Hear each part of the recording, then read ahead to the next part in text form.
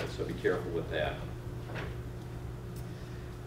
Employee education, that hasn't changed. You know, there's training involved for employees, supervisory training, that has not changed. Although there are some time changes. Alcohol and drug testing, the basic components of that are staying somewhat the same. Aspects of employee assistance, there is a bit of a change with that. Here's some of the new components. Requirement to do accident analysis. How many of you now, when you have an incident within your facility, do a post-accident review or require your employees to file some kind of post-accident report? You do, I know you do. Are you talking about the incident report? Yeah, incident report. All right. Even if you're not doing this program, let's just step aside for a minute and say you're not doing this program. That's a document. If you don't have it, you really should consider putting that in place. It's a huge safeguard for the company and for the employee. For the company, from the perspective of you begin to learn things about your facility or your operations as you get accident or incident reports in, the information that you collect. You can perhaps see some trending, find out areas where you're exposed to potential accidents taking place. From an employee's perspective, sometimes how they fill out that accident report, you get some insight as to what really happened or what really did not happen, especially if there's multiple people involved. There's also a provision where you're going to have to do what's called a safety review. And you've got some documents in your handout. We'll go over that specifically. In my review of the safety review, it is, to a certain extent, my interpretation, that it's similar to some components of the Bureau's 10-step business plan. Have any of you completed or done that? If you have, you've just taken a giant step forward as to how much of this program you've already completed. That's a big jump. And then if you participate at what's called the advanced level, you will have to document an action plan, which is also very similar to what was the Bureau of Workers' Compensation 10-step business plan. So again, if you've got those programs in play, you're already ahead of the game. All right, the action plan. Here's some of the components, and I copied this verbatim, so you'll excuse me if I read this verbatim because I want to make sure that I'm clear on this. Here's some of the things that should be included in your action plan. Analyzing and minimizing risk factors within the workplace.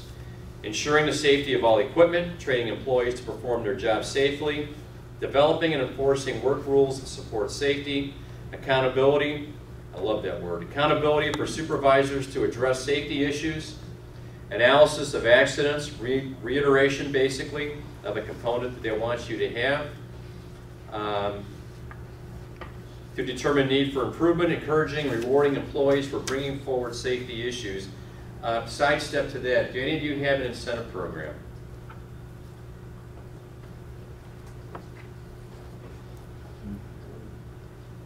Monetary, time off, what is it?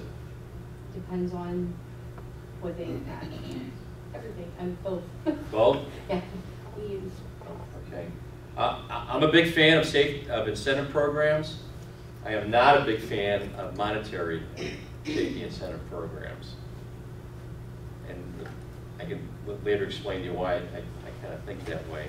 How many of you in your shops have one of those signs that says number of days without a recordable accident? You got them both going on over there. Okay. We could talk more about those a little bit later too. Another component of your action plan should include support for safety from top management, comprehensive safety review to identify gaps in the safety systems, and determine appropriate actions to improve safety. Basically what this is, in essence, it should be your mission statement for your safety program. If you reduce it to a common denominator, everything you've just seen right here should be your mission statement for your safety program. All right, in your folder, you have a form that says, up at the top, DFSP Safety Review. You want to pull that out? Let's take a look at that.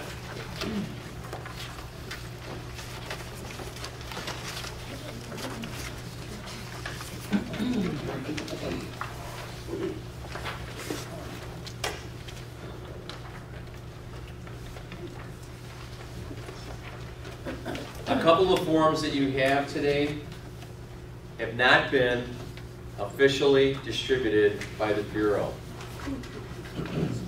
So if anybody asks where you got these, you tell them David McClellan gave you these from Benefits One, not Joe Halal. One of the Bureau reps was kind enough to email these over to me, and she made the comment that these haven't been officially distributed yet. So we may see changes in these when the final version comes out. So kind of keep that in mind going forward. I'll just make sure I say that again. These are not official Bureau documents. These are examples only.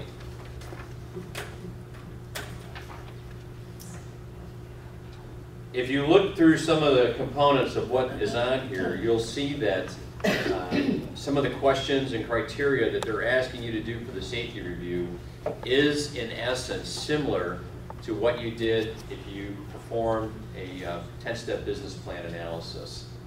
And they go through some of the major components are accident analysis, management commitment. That was a big component of the 10-step business plan. Accountability. In some of the conversations that I've had, again, with some of the Bureau reps, the level of accountability is really being pushed.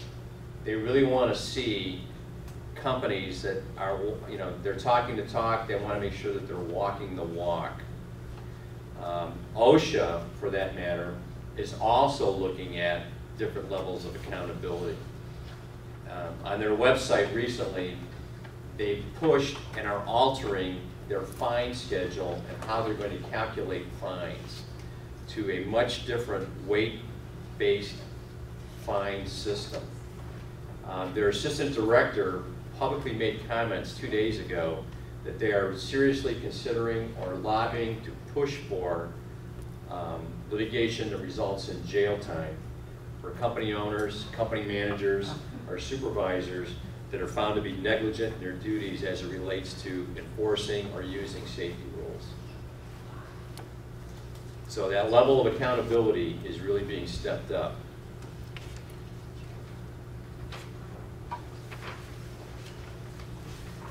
Other assessments that they're going to ask you to take a look at include hazard control, safety education, employee participation. That's where perhaps some of the incentive programs can get kicked in. And then they're going to ask you to evaluate your safety culture. Now, here's the catch. How you fill this out and then how you report this will result in activities that you either may or may not have to do afterwards. So, you almost begin to think that if someone's filling this out, how are they, it's like asking your kids, how clean is your room? What are they going to tell you? It's perfect, right? So, I don't know what the check and balance on this is going to be. If you put all 5s on here, is someone going to come in and evaluate? Because if you put all 5s in here, you might get the gold star and the state might say, wow, we got to go look at that company. Let's see what they're doing down there. Or if you, it's kind of like the catch-22. Or if you report, kind of honestly what's going on in your facility, then there's more work associated with that. So what do you do? What do you do? So, but take a look at this. If you have any questions as you're reading through about some of the categories, yes, ma'am. Do we have to turn this in to the Bureau? Yes. At some point in time, you will have to submit this to the Bureau. You will have to submit this to the Bureau. They'll be reviewing this. And as was the case with the Drug-Free Workplace program, your submittal of documentation hinges the receivership of the discounts. I know a company right now where there's a discrepancy in the hours that was done for training. The Bureau pulled their discount that they got for participation in the Drug-Free Workplace program. We get popped for about $5,000. So yeah, I guess that level of accountability is going up and down the line. Yes, ma'am. If